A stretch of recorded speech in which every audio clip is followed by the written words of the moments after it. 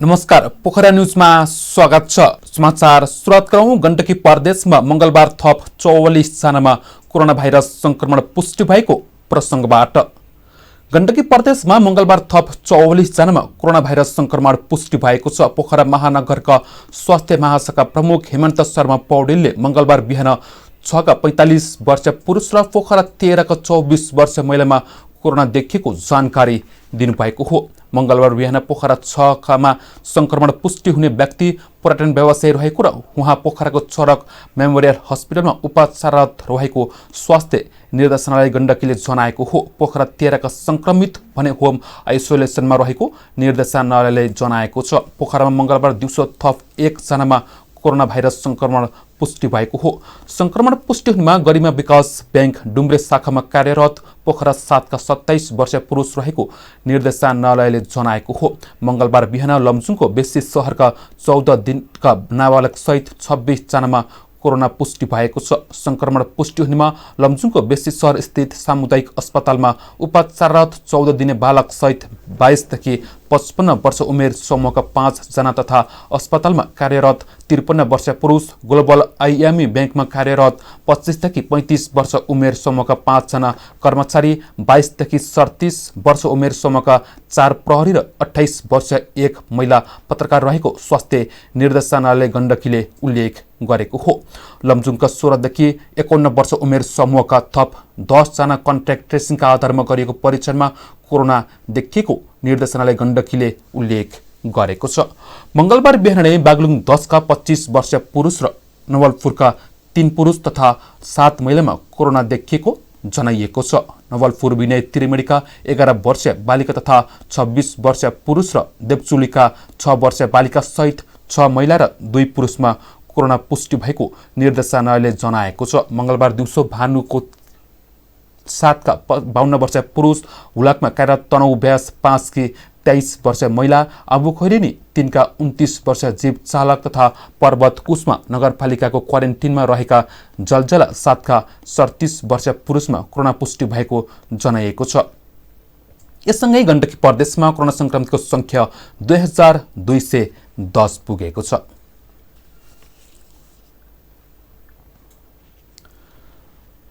नेपालमा कोभिड-19बाट एक 4 वर्ष बालिका सहित थप 11 जनाको मृत्यु भएको छ। स्वास्थ्य मन्त्रालयका अनुसार एक 4 वर्ष बालिका र 10 जना पुरुषको कोरोनाबाट मृत्यु भएको हो। पर्सामा 3 तथा काठमाडौँ र महोत्तरीमा 2 जनाको मृत्यु भएको मन्त्रालयका प्रवक्ता डाक्टर जागेश्वर गौतमले जानकारी दिनुभएको हो। पर्सामा 53, 80 र 60 वर्ष पुरुषको मृत्यु भएको हो। यस्तै महोत्तरीमा 4 वर्ष बालिका र 37 वर्ष पुरुष तथा काठमाडौँमा 70 र 35 वर्ष पुरुषको मृत्यु भएको हो। यसैगरी सिराहामा 65 वर्ष, बारामा 60 वर्ष, चितवनमा 52 वर्ष र मकवानपुरका 58 वर्ष पुरुषको मृत्यु भएको हो। यससँगै नेपालमा कोरोनाबाट मृत्यु हुनेको संख्या 239 पुगेको छ। 18,112 संस्थागत आइसोलेसनमा रहनुभएका व्यक्तिहरूको संख्या 10,832। प्रदेश अनुसार संस्थागत आइसोलेसनमा रहनुभएका व्यक्तिहरू प्रदेश 1 मा 1286 जना, प्रदेश पछिल्लो 24 घण्टामा 1069 जनामा कोरोना संक्रमण देखिएको हो। काठमाडौँमा 393, भक्तपुरमा 30 र ललितपुरमा 58 जनामा संक्रमण देखिएको छ। PCR विधिबाट 12,088 वटा परीक्षण भएकोमा 344 महिला र 725 पुरुषमा संक्रमण देखिएको मन्त्रालयले उल्लेख गरेको हो। देशभरि 40,529 जनामा संक्रमण पुष्टि भएको हो। देशभरि सक्रिय संक्रमित 18,112 जना रहेका छन्। प्रदेश नम्बर 1 मा 1,286, प्रदेश नम्बर 2 मा 1,516, बागमती प्रदेशमा 409 र गण्डकी प्रदेशमा 575 जना संस्थागत आइसोलेसनमा रहेका छन्। यस्तै प्रदेश नम्बर 5 मा 1,293, कर्णाली प्रदेशमा 359 र सुदूरपश्चिम प्रदेशमा 897 जना गरी संस्थागत आइसोलेसनमा 10,832 जना उपचाररत रहेको उल्लेख गरिएको छ। 11, धादिङमा 11, नुवाकोटमा 2, भक्तपुरमा 30, मकवानपुरमा 6 रसुवामा 1, रामेछापमा 2, ललितपुरमा 58, सिन्धुपाल्चोकमा 1 र सिन्धुलीमा 6 जना हुनुहुन्छ। यस्तै प्रदेश नम्बर 1 मा 544, प्रदेश नम्बर 2 मा 4091, बागमती प्रदेशमा 2106 र गण्डकी प्रदेशमा 38 जना रहेका छन्। यस्तै प्रदेश नम्बर 5 मा 323, कर्णाली प्रदेशमा 45 र सुदूरपश्चिम प्रदेशमा 133 जना गरी देशभरि होम आइसोलेसनमा 7280 जना रहेका छन्। प्रदेश नम्बर 1 मा 4 जना, प्रदेश नम्बर 2 मा 29 जना, बागमती प्रदेशमा 75 जना, गण्डकी प्रदेशमा 6 जना र प्रदेश नम्बर 5 मा 13 गरी देशभरि 127 जना संक्रमित आइसियुमा उपचाररत रहेको मन्त्रालयले उल्लेख गरेको हो। स्थानहरूमा चिनेको वा नचिनेको अर्को बीचमा अर्को मान्छे छिर्ने डर रहन्छ र अर्को व्यक्तिलाई पनि बीचमा छिर्न अप्ठ्यारो पनि लाग्दैन। कतिपय देशमा लाइनमा आफ्नो पालोमा काम गर्नुलाई सभ्यताको रूपमा हेरिन्छ, सभ्यताको सूचक मानिन्छ। पालो मिच्ने भनेर त कसैले सोच्न पनि सक्दैन। पालो बस्दा पद ठुलो वा सानो हुँदैन, पहिला आउनेलाई हामीले आदर गरेको हो। कोरोना सङ्क्रमणबाट बच्न हामीले अर्को व्यक्तिसँग दूरी कायम गर्नै पर्ने हुन्छ र यसैको लागि मैले यी सब कुराहरूलाई जोड दिँदै आएको छु। प्रत्येक वर्ष कृष्ण प्रतिपदादेखि सुरु हुने सुरश्राद्ध अर्थात् पितृपक्ष आजदेखि अपराह्न कालमा दिवंगत पितृका नाममा तर्पण, चिदादान र पिण्डदान गरी सुरु हुँदैछ। अश्विन कृष्ण प्रतिपदादेखि अश्विन शुक्ल प्रतिपदासम्म 16वटा तिथिमा दिवंगत पितृलाई सम्मानका साथ तर्पण, चिदादान र पिण्डदान गरिने भएकाले यो पक्षलाई पितृपक्ष एवं सुरश्राद्ध समेत भनिने गरिएको हो। पितृपक्षको पहिलो दिन आज प्रतिपदा तिथि श्राद्ध गरिन्छ। चाडपर्व, यज्ञ आदिदेखि ठुला कार्य हुनुअघि पितृलाई श्रद्धा भक्तिका साथ सम्झने वैदिक सनातन हिन्दू शास्त्रीय परम्परा अनुसार सुरश्राद्ध गर्ने गरिएको हो। यस समयमा पितृले आश गरी बसेका हुन्छन् भन्ने शास्त्रीय मान्यता रहेको छ। पितृपक्षका बेलामा पितृलोकबाट दिवंगत पितृहरू पिण्ड पानीको आशले मात्रै लोकमा झर्छन् भनी धर्मशास्त्रका हेमादि वीर्यमित्री 13, निड्य सिन्धु लगायत ग्रन्थमा उल्लेख गरिएको छ। यस अवसरमा शास्त्रीय रूपमा दिएका विकल्प अनुसारका कर्म नगरी पितृ सुस्केर निकाली सन्तानलाई श्राप दिई फर्कन्छन् भन्ने वाक्य ती ग्रन्थमा उल्लेख गरिएको धर्मशास्त्रविदहरूको भनाइ रहेको छ। आपद धर्मअनुसार कुनै कारणवश अड्किएमा अश्विन कृष्ण औँसीदेखि अश्विन शुक्ल पञ्चमीसम्म गर्न सकिने शास्त्रीय वचन रहेको धर्मशास्त्रविद एवं नेपाल पञ्चाङ्ग निर्णयक समितिका अध्यक्ष प्राध्यापक डाक्टर रामचन्द्र गौतम बताउनुहुन्छ। भदौको पितृपक्ष अर्थात् सुरश्राद्धमा कोरोनाकै कारण श्राद्ध गर्न नसकिने कार्तिक 1 देखि 5 गतेसम्म पनि गर्न सकिने शास्त्रसम्मत हुने उहाँले सुनाउनु भयो। यो समयमा पनि कारणवश सुरश्राद्ध गर्न नसकेमा कार्तिक कृष्ण औँसी अर्थात् लक्ष्मी पूजाका दिन गर्न सकिन्छ। कार्तिक कृष्ण औँसीमा पनि गर्न नसकिने भएमा वृश्चिक सङ्क्रान्ति अर्थात् मङ्सिरसम्म जुराएर गर्न सकिने शास्त्रीय मत छ। यो विकल्प अहिले कोरोनाका कारण सिर्जना भएको जस्तै परिस्थितिका लागि दिइएको हो। अश्विन शुक्ल पञ्चमी पछिका अष्टमी, द्वादशी र औँसी भरणी नक्षत्र व्यतिपात योग परेका दिन जुनसुकै तिथि परे पनि रोकिएको सुरश्राद्ध गर्न सकिने शास्त्रीय विकल्प समेत निर्णय सिन्धु, धर्म सिन्धु लगायत धर्मशास्त्रका ग्रन्थमा दिएको नेपाल संस्कृत विश्वविद्यालय वाल्मीकि विद्यापाठ धर्मशास्त्र विभागका प्रमुख प्राध्यापक डाक्टर देवमणि भट्टराईले जानकारी दिनुभएको हो। त्यसपछि पनि सुरश्राद्ध गर्न नसकेमा सक्नेले आफै नसक्नेले ब्राह्मण मार्फत दैनिक 108 मन्त्र जप गर्न सकिने शास्त्रीय विकल्प रहेको धर्मशास्त्रविद भट्टराईले जानकारी गराउनु भएको हो। विधिपूर्वक यस्तो जप 10 महिनासम्म गर्नुपर्छ। कतिपय स्थानीय तहले भने कोरोनाका कारण यस वर्ष भर्चुअल रूपमा श्राद्ध गर्न पुरोहितहरूलाई आह्वान गरेका छन्। धर्मशास्त्रविदहरू भने विद्युतीय माध्यमबाट गराइने सुरश्राद्ध शास्त्र सम्मत नहुने बताउनुहुन्छ। यज्ञमानले श्राद्ध विधि जान्ने भए मात्र विद्युतीय विधिबाट सम्भव हुने, नत्र अन्य विधि अपनाउनु पर्ने उहाँहरूको भनाइ रहेको छ।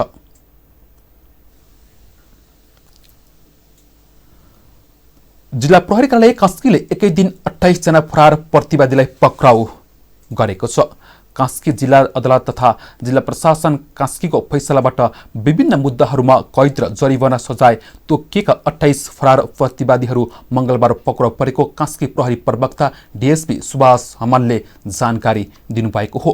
पक्राउ पर्नेहरूमा सरकारी छाप दस्तखत किर्ते मुद्दाका फरार अभियुक्त स्याङ्जा कोलमा स्थायी घर भई पोखरा 27 बस्ने 21 वर्षीय अनिल थापा मगर, ब्याङ्किङ कसुर मुद्दाका पोखरा 10 का 53 वर्षीय धीरज गुरुङ र कास्की जिल्लाका विभिन्न क्षेत्रमा बसोबास गर्ने सार्वजनिक अपराध मुद्दाका 26 जना प्रतिवादीहरू रहेको डीएसपी हमालले जानकारी दिनुभएको हो। जिल्ला अदालत तथा प्रशासनले फरार प्रतिवादीहरूमध्ये गुरुङलाई 7 दिन कैद सजाय र 9,40,000 जरिवाना, मगरलाई 1 वर्ष कैद सजाय र 50 रुपियाँ जरिवाना तथा सार्वजनिक अपराध मुद्दाका प्रतिवादीहरूलाई 350 देखि 5,000 सम्म जरिवाना तोकिएको थियो। पक्राउ परेका प्रतिवादीहरूलाई कास्की जिल्ला अदालतमा पेश गरिएको डीएसपी हमालले जानकारी दिनुभएको हो।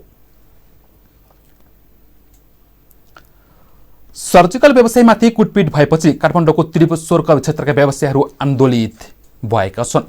सोमबार दिउँसो 2 बजेपछि स्थानीयहरूले हिमालयन सर्जिकलका युवराज बेलबासलाई कुटपिट गरेको भन्दै व्यवसायीहरूले विरोध जनाएका हुन्। सर्जिकल व्यवसायलाई राज्यले अत्यावश्यक सेवा अन्तर्गत 24 घण्टा सञ्चालन गर्न दिएको छ, तर व्यवसायीहरूको संगठन chemical and surgical suppliers association Nepal केमसानले वडा कार्यालय र स्थानीय बोइज युनियनलाई समेत बुधबार गरी बिहान 11 बजेदेखि दिउँसो 2 बजेसम्म मात्रै पसल सञ्चालन गर्न पत्र पठाएको व्यवसायीहरूले बताएका छन्। सोही नियमलाई लिएर स्थानीयले सोमबार दिउँसो 2 बजे भित्रै पसल बन्द नगरेको भन्दै आफूमाथि कुटपिट गरेको व्यवसायी बेलबासीले बताउनु भएको हो।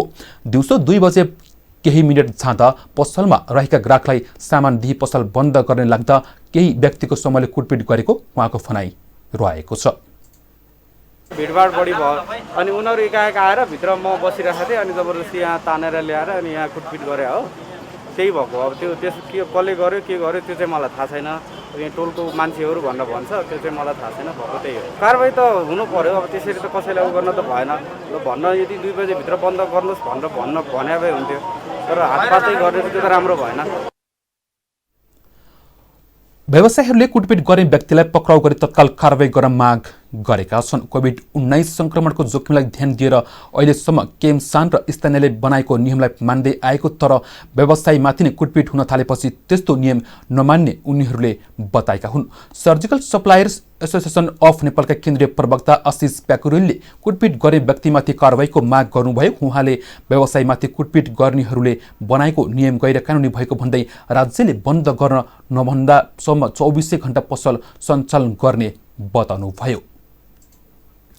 भनेर राज्यले छुट्याएको छ, त्यसलाई तपाईँको सीमित व्यवसायीको तपाईँको चाहिँ आफ्नो हितमाको लागि चाहिँ तपाईँको 11 देखि 2 1 देखि 2 भनेर त्यो राख्ने होइन। हामीले 1 नम्बरमा तपाईँको जुन कुटपिट भयो त्यसले कारबाही गर्नु पर्यो, कुट्ने मान्छेलाई तपाईँ हिरासतमा लिएर कारबाही गर्नु पर्यो। 2 नम्बरमा हाम्रो व्यवसायको जनधनको सुरक्षा हुनु पर्यो। 3 नम्बरमा हामीले 24 घण्टा व्यवसाय सञ्चालन गर्न पाउनु पर्यो। व्यवसायी भरतमणि सिलवालले राज्यले नै अत्यावश्यक सेवा अन्तर्गत राखेको क्षेत्रलाई आफू खुसी बन्द गराउने अधिकार स्थानीयहरूसँग नभएको बताउनु भएको छ। उहाँले केही समय मात्रै पसल सञ्चालन गर्दा भिड बढेकाले संक्रमणको जोखिम समेत बढेको बताउनु भएको हो। त्यसैले अबदेखि 24 घण्टा पसल खोल्ने सिलवालले बताउनुभयो। बन्द गर भनेर आफ्नो खुसी नियम बनाएर त्यसरी चाहिँ जुन खालको एउटा सांघातिक हमला गर्ने काम भयो त्यसको हामी घोर भर्त्सना गर्दछौँ र यही मञ्चबाट हामी के घोषणा गर्दछौँ भने आजदेखिबाट अब उपरान्त हामी राज्यले नबनुन्जेलसम्म हाम्रो व्यवसाय 24 घण्टा हामी सञ्चालन गर्दछौँ। कसैको धम्कीलाई कसैलाई हामी मान्नेवाला छैन। जुन दिन हामीलाई राज्यले तैँले बन्द गर भन्छ त्यो दिन हामी बन्द गर्न तयार छौँ। नत्र भने राज्यले हामीलाई अति आवश्यक सेवा भनेर चाहिँ त्यो क्याटेगोराइज गरेको एउटा चाहिँ व्यवसाय प्रोफेसनमा चाहिँ हामीले निर्वाध रूपमा चाहिँ गरिरहेको व्यवसायमा चाहिँ जबरजस्ती आएर 2 बजे 11 बजेबाट 2 बजे भन्ने नियम आफै खुसी बनाएर त्यसरी गर्न पाउँदैन। व्यवसायीमाथि भएको कुटपिटको विरोध जनाउन एक ठाउँमा भेला भएका व्यवसायीहरूलाई प्रहरीले भिडभाड नगर्न आग्रह गरेको थियो। प्रहरीले माइकिङ गरी सर्जिकल क्षेत्रलाई राज्यले अत्यावश्यक सेवाको रूपमा राखेकोले निर्वाध रूपमा सञ्चालन गर्न पाउने बताएको छ। त्यस्तै व्यवसायीको सुरक्षाका लागि प्रहरी रहेको भन्दै प्रहरीले निर्वाध रूपमा पसल सञ्चालन गर्न माइकिङ गरेको हो। वर्तमान अवस्थामा नेपाल सरकारबाट जारी भएको निषेधाज्ञा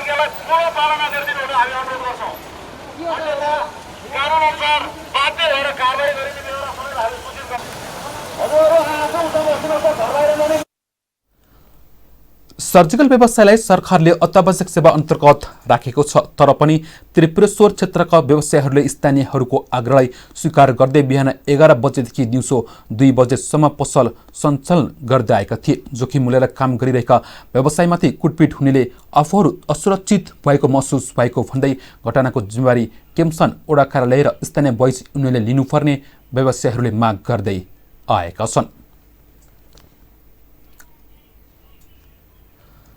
देशका विभिन्न अस्पतालमा प्लाज्मा थेरापीबाट कोभिड-19 संक्रमणको उपचार भइरहेको सम्बन्धमा विशेषज्ञहरूले प्रश्न उठाएका छन्। सरकारले देशभर 22वटा अस्पतालमा कोभिड-19 संक्रमणका बारेमा बिरामीहरूलाई प्लाज्मा थेरापीबाट उपचार गरिरहेको छ, तर प्लाज्माको उपचार विधि सम्बन्धमा विशेषज्ञहरूले भने प्रश्न उठाएका हुन्। नेपाल स्वास्थ्य अनुसन्धान परिषद NHRC को सिफारिसमा विभिन्न अस्पतालमा प्लाज्मा थेरापीबाट परीक्षणको रूपमा उपचार भएपछि विशेषज्ञहरूले प्रश्न उठाएका हुन्। प्लाज्मा थेरापीको क्लिनिकल ट्रायल नभइकन उपचार गर्न खोज्दा दुर्घटना निम्तन सक्ने विशेषज्ञहरूको भनाइ रहेको छ। रक्त विशेषज्ञ डाक्टर विशेष पौडेलले प्लाज्माबाट हुने उपचार कोभिडको लागि प्रमाणित भइसकेको थेरापी नभएको बताउनुभयो। उहाँले उपचारका लागि केही पाएन वा प्लाज्मा दिउँ भनेर बिरामीको जीवनमाथि खेलवाड गर्ने काम गर्न नहुने पनि स्पष्ट पार्नु भएको थियो। प्लाज्मा काम गर्न सक्ने भए पनि यो नै कोरोनाको अन्तिम उपचार हो भनेर प्रचार गर्न नहुने पनि डाक्टर पौडेलको भनाइ रहेको हो। NHRC ले क्लिनिकल ट्रायल गरिरहेछ हैन। NHRC को क्लिनिकल ट्रायल कम्प्लिट होस्। त्यो क्लिनिकल ट्रायलमा नेपाली पपुलेसनलाई अब बाहिर विदेशीलाई गरेको कुरा हाम्रोमा स्ट्यान्डर्ड अफ केयर हुन्छ भन्ने कुरा भएन हैन। त्यो क्लिनिकल ट्रायलमा हामीले गरिरहेछौँ, ठिक छ। त्यो ट्रायलमा इनरोल गराउनु, बिरामीलाई इनरोल गराउनुहोस्। 200-300 जना बिरामी भइसकेपछि साँच्चै प्लाज्माले काम गरे कि गरेन त हैन, त्यो पब्लिस गर्नुहोस् हैन। काम गरेछ भने ठिक छ, त्यो अनुसार गर्ने हो हैन। नत्र कसैले तपाईँको प्लाज्मा दिनु भने सानो प्लाज्मा दिँदाखेरि साइड इफेक्ट बिरामी मर्यो भने त अप्ठ्यारो हो नि त। नेपाल विज्ञान तथा प्रविधि प्रज्ञा प्रतिष्ठान नासका खोप वैज्ञानिक डाक्टर तीर्थराज घिमिरेले प्लाज्मा विधिबाट गर्ने उपचार 100% सफल नहुने बताउनुभयो। कुनै व्यक्ति कोभिड-19 को बिरामी भए उक्त व्यक्तिको रगतमा कोभिड-19 विरुद्धको एन्टिबडी सर्कुलर हुने र उक्त व्यक्ति निको भएमा उसको शरीरको रगतबाट प्लाज्मा निकालेर अर्को व्यक्तिलाई उपचार गर्ने विधि प्लाज्मा थेरापी विधि हो। यो विधिबाट गर्ने उपचार 100% नहुने भएको थाहा हुँदै पनि नेपालका किन आयो भन्ने आफूले बुझ्न नसकेको पनि उहाँको भनाइ रहेको थियो। पढेर अरूको मात्र कुरा गरेर चाहिँ हामीले आफ्नो उसमा गर्नुहुन्न, अथवा मेरो क्लिनिकल डाक्टरले त्यसरी ट्रिटमेन्ट गर्छ। अब यो भनेको कस्तो भने 100% एफिकेसी हुँदैन, किनभने जबसम्म चाहिँ रोगीको शरीरमा भाइरस भइरहन्छ तबसम्म एन्टिबडीहरू प्रोडक्सन भइरहेको हुन्छ अनि त्यो भाइरसले त एट्याक गर्ने काम गरिरहेको हुन्छ। यो 100% उपचार विधि चाहिँ होइन र प्लाज्मा थेरापी किन आयो नेपालमा भन्ने कुरो मैले बुझ्न सकेको छैन। नेपाल स्वास्थ्य अनुसन्धान परिषद NHRC का सदस्य सचिव डाक्टर प्रदेव गेवालीले भने प्लाज्मा थेरापीबाट क्लिनिकल परीक्षण भन्दा पनि अब्जर्भेसन परीक्षणको रूपमा उपचार सुरु गरिएको बताउनु भएको हो। अहिले नै उपचारको विधिको रूपमा सबै बिरामीलाई प्रयोग नगरेको उहाँले स्पष्ट पार्नुभयो। पहिलो चरणमा प्लाज्मा थेरापी गराएका संक्रमित र नगराइएका संक्रमितको बीचमा तुलना गरी निष्कर्षमा पुग्नको लागि परीक्षणको गरिएको उहाँले बताउनु भएको हो। अहिले देशभरका 22वटा अस्पतालमा प्लाज्मा थेरापी मार्फत उपचार परीक्षण गरिएको उहाँले बताउनु भएको छ। 2 हप्ता पछाडि निको भएर घर जानुहुन्छ, जतिखेर उहाँको लास्ट PCR चाहिँ नेगेटिभ छ, त्यसको 2 हप्ता पछाडि दिन सकिन्छ हैन। र त्यो उहाँले दिएको ब्लडमा प्लाज्मामा हैन एन्टिबडी, जुन भाइरसको विरुद्ध एन्टिबडी तयार हुन्छ, उहाँलाई पहिले इन्फेक्सन भइसकेको छ भन्दा त्यो एन्टिबडी दिएर निको नभएका सिरियस बिरामीमा, रोग लागेका सिरियस बिरामीमा दिएर त्यो एन्टिबडीले त्यहाँ भएको भाइरस मार्छ भन्ने त्यो पद्धतिलाई दिएको हो। र त्यसलाई दिँदाखेरि चाहिँ तपाईँको कस्तो चाहिँ कति समयमा चाहिँ तपाईँको नेगेटिभ आयो अथवा चाहिँ सिम्पटम कति कम भयो अथवा हस्पिटल स्टे कति दिन बस्यो घटेन भनेर त्यो नलागेर लागेको बिचको कम्पेरेटिभ स्टडी हो। कोभिड-19 संक्रमण निको भई अन्तिम पटक PCR नेगेटिभ आएको कुनै पनि व्यक्तिबाट 2 सातापछि मात्रै प्लाज्मा लिन सकिने उहाँको भनाइ रहेको हो। त्यस्तो प्लाज्मा बिरामीको स्वीकृति बिना दिन पाइँदैन। प्लाज्मा भाइरसको विरुद्ध एन्टिबडी तयार हुने र अन्य संक्रमितलाई उक्त प्लाज्मा दिँदा निको हुन्छ भन्ने मान्यता अनुसार बिरामीको स्वीकृति लिएर नै परीक्षणको सुरुवात गरेको उहाँको भनाइ रहेको हो।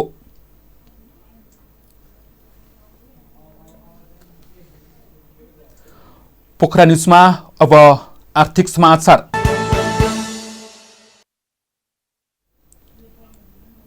कोभिड-19ले विश्वभर नै ठूलो जनधनको क्षति गरेको छ। गत वर्षको डिसेम्बरमा चीनको वुहानबाट उत्पत्ति भएको कोभिड-19बाट विश्वभरि करोडौं जनता प्रभावित भएका छन्। नेपालमा पनि कोरोनाले नराम्ररी प्रभावित गरेको छ। हजारौंको संख्यामा संक्रमित छन् भने 200 भन्दा बढीको मृत्यु भइसकेको छ। यति मात्रै होइन, उद्योग धन्दा व्यापार व्यवसाय पनि ठप्प प्राय छन्। किसानले आफ्नो बारीमा फलाएको तरकारी र फलफूल बजार अथवा कुहेर जाने अवस्थामा रहेको छ। निषेधाज्ञाका कारण बिक्री नभएर भक्तपुरको सूर्य विनायक नगरपालिकामा दूध सडकमा फ्याँकिएको भदौ 13 गते मात्रै हो। संघ, प्रदेश र स्थानीय सरकार लगायत सम्पूर्ण सरकार ओलाको ध्यान कोरोना नियन्त्रणतर्फ केन्द्रित हुँदा किसानका उत्पादन सडकमा फालिने, बारीमा कुहेर जाने घटना घट्नु नौलो कुरा होइन। सम्पूर्ण राज्य शक्ति नै कोरोना केन्द्रित हुँदा आफ्नै बारीको उत्पादन बजारसम्म पुर्याउन नपाउँदा किसानहरू पीडित त बनाएका छन् नै, जीविकोपार्जनका लागि पनि आदर नै खुसीको महसुस पनि गरेको किसानहरू बताउँदै आएका छन्।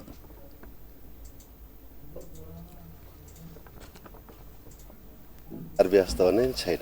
अब बिक्री नै नभइसकेपछि त घाटा त पर्ने भइहाल्यो। अब यसमा अब 100% जस्तै घाटा नै भनौँ न। अब फल्या छ, अब लाने कोही पनि छैन भनेपछि त अब घाटा नै हुने भयो नि। अब यसलाई व्यवस्थापन भन्दा नि अब बजारहरू नै अब सुचारू छैन, चलिरहेको छैन। यो अवस्थामा अब खासै भन्ने हो भने अब बजार त के लगेला र अब त्यतिखेर नै जाने होला नि। अब यो हेर्दाखेरि त अहिलेसम्म त अवस्थाले त खेर नै जाने जस्तो देखिन्छ। विगत वर्षहरूमा प्रति व्यक्ति कम्तीमा 70,000 देखि 1 लाखसम्मको नास्पाती बिक्री गर्दै आएका त्यहाँका किसानहरू यो वर्ष सिजन सकिँदै लाग्दा पनि बजार व्यवस्थापनमा समस्या हुँदा समस्यामा परेका हुन्। जीविका चलाउने आदरणीय नास्पाती भए पनि बिक्री नहुँदा सरकारले व्यवस्थापन नगरिदिए हुन्थ्यो नि भन्ने लाग्नु सामान्य रहेको किसान पूर्णबहादुर तामाङ बताउनुहुन्छ। 7 रुपैयाँ 6 रुपैयाँ 14 40-45 बढ्छ। कोही बेला लाख रुपियाँ 80-90 पनि हुन्छ। कहिले पोहोर साल चाहिँ 70 रुपियाँ चाहिँ अब यसपालि व्यापारै भएको छैन। अब छैन, अब यो त घाटैमा गइकन बेच्ने अठ्याएर आएको छैन। सबै घाटै भयो भने कहाँ लगेर बेच्ने भयो? अब बेच्नु त्यसै झरेर नोक्सान हुन्छ नि। सबै खेरै जान्छ। अब बाली यही हिसाबले नै हामी जीविका चलाइरहेको छैन। अब यस्तै घाटामा गइरहेछ। अब केही अब सरकारले केही मिलाएर दिएदेखि हुन्थ्यो कि भन्ने मात्रै आशा त्यही गर्छ। अब सबै व्यापारीहरू अब सब यस्तै लकडाउन परिरहेछ। विश्वव्यापी महामारीको रूपमा फैलिएको कोभिड-19 नियन्त्रणका लागि सरकारले पूर्वाधार निर्माण, उपचार र स्वास्थ्य संस्थाहरूको व्यवस्थापन गरिरहेको छ। यो सकारात्मक पक्ष नै हो। तर महामारी नियन्त्रणका क्रममा हुने निषेधाज्ञा तथा लकडाउनका कारण किसानको उत्पादनले उचित बजार नपाउँदा कुहिने अवस्थामा रहेका फलफूल, तरकारी लगायतका स्थानीय उत्पादनको व्यवस्थापन पनि ध्यान दिनुपर्ने देखिन्छ। नेपालमा कोभिड-19 सामाजिक स्तरमा फैलिन थालेपछि नेपाल राष्ट्र ब्याङ्कले दशैंका लागि नयाँ नोट वितरण गर्ने या नगर्ने कुनै निर्णय नभइसकेको बताएको छ। दशैं आउन अझै केही समय बाँकी रहेकाले यो महिना कुनै पनि निर्णय नहुने राष्ट्र ब्याङ्कले जनाएको हो। राष्ट्र ब्याङ्कको मुद्रा व्यवस्थापन विभागका कार्यकारी निर्देशक रेवती नेपालले नयाँ नोटका विषयमा अर्को महिना मात्रै निर्णय हुने जानकारी गराउनु भएको छ। बाहिर अनाधिकृत तरिकाले नयाँ नोट नबाडिने भन्दै सूचना प्रवाह भएको उहाँले बताउनु भएको हो। दशैं आउन अझै समय बाँकी छ, असोजमा मात्रै केही निर्णय हुन्छ। कार्यकारी निर्देशक नेपालले भन्नुभयो, राष्ट्र ब्याङ्कले दशैंका लागि भन्दै हरेक वर्ष नयाँ नोट वितरण गर्ने गरेको छ। गत वर्षदेखि भने राष्ट्र ब्याङ्कले दशैं बाहेक अन्य चाडपर्वमा समेत नयाँ नोट वितरण गर्दै आएको थियो। यद्यपि यो वर्ष भने अरू चाडपर्वमा नयाँ नोट वितरण नगर्ने राष्ट्र ब्याङ्कले जनाएको छ। नेपाली बजारमा मंगलबार सुनको मूल्य पुनः वृद्धि भएको छ। नेपाल सुनचाँदी व्यवसाय महासंघका अनुसार सोमबार तोलामा 97,500 रुपियाँमा कारोबार भएको छापाओला सुनको मूल्य मंगलबार बढेर तोलामा 98,400 रुपियाँमा कारोबार भएको हो। यस्तै तेजाबी सुनको मूल्य तोलामा 97,900 रुपियाँ रहेको छ। यस्तै चाँदी तोलामा 1395 रुपियाँ कारोबार भइरहेको छ। पोखरा न्युजमा अब पालो अन्तर्राष्ट्रिय समाचारको।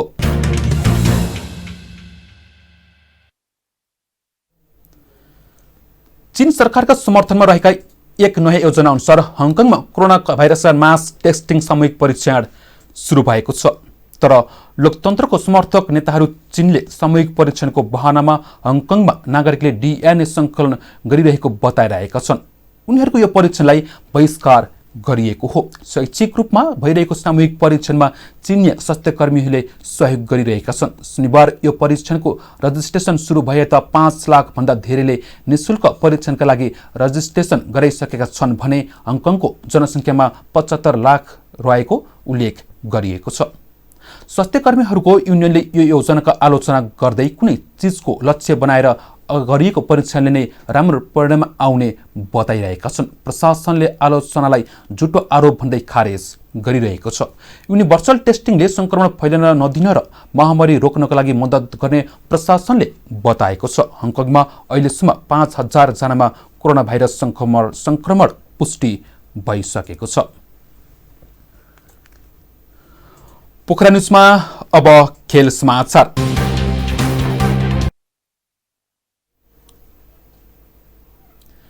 Caribbean premier league CPL Sandeep लामछानेको टिम जमेका तलवासले चौथो हार बिहोरेको छ। हिजो भएको खेलमा जमेका शीर्ष स्थानको ट्रिनिबागो नाइट राइडर्ससँग 19 रनले पराजित भएको हो। Caribbean premier league CPL Sandeep लामछानेको टिम जमेका तलवासको यो चौथो हार हो। हिजो भएको खेलमा जमेका शीर्ष स्थानको ट्रिनिबागो नाइट राइडर्ससँग 19 रनले पराजित हुन पुगेको हो। Caribbean premier league CPL Sandeep लामछानेको टिम जमेका तलवासको चौथो हार बिहोर्योसँगै अङ्क तालिकाको पुछारमा रहन पुगेको छ। हिजो भएको खेलमा जमेका शीर्ष स्थानको ट्रिनिबागो नाइट राइडर्ससँग 19 रनले पराजित हुन पुगेको थियो।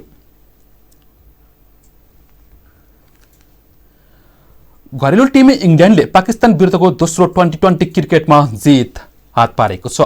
म्यान्चेस्टरमा गइराती भएको खेलमा इङ्ल्यान्डले पाकिस्तानलाई 5 विकेटले हराएको हो।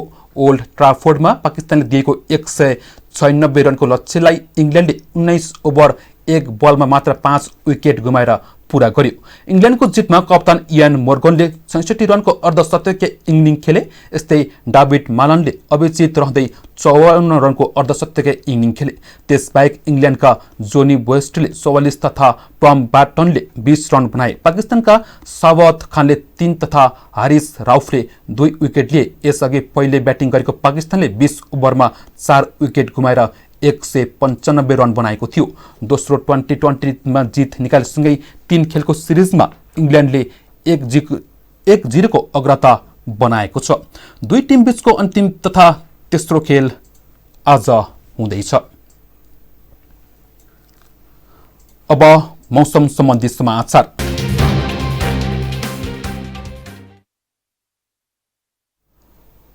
पश्चिम निम्नचाप प्रणालीको प्रभावले देशका केही स्थानहरूमा मेघगर्जन सहित हल्कादेखि मध्यम वर्षाको सम्भावना रहेको मौसम पूर्वानुमान महाशाखाले जनाएको छ। गण्डकी प्रदेश सहित प्रदेश नम्बर 1, प्रदेश नम्बर 2, बागमती प्रदेश र प्रदेश 5 का केही स्थानहरूमा भारी वर्षाको सम्भावना रहेको महाशाखाले उल्लेख गरेको हो। अझ देशभर सामान्य बदली रही थोरै स्थानमा हल्कादेखि मध्यम वर्षा हुनुका साथै गण्डकी प्रदेश, प्रदेश नम्बर 1, प्रदेश नम्बर 2, बागमती प्रदेश र प्रदेश नम्बर 5 का केही स्थानहरूमा भारी वर्षाको सम्भावना रहेको उल्लेख गरिएको छ। उक्त स्थानहरूमा आवश्यक सतर्कता अपनाउन महाशाखाले अनुरोध समेत गरेको छ।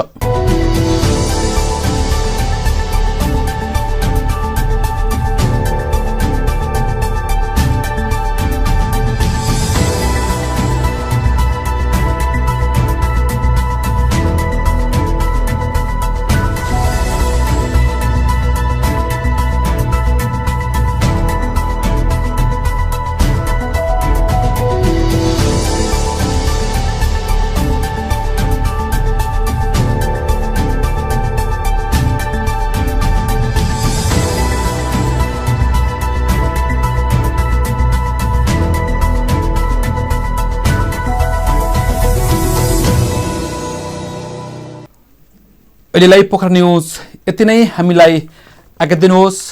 नमस्कार।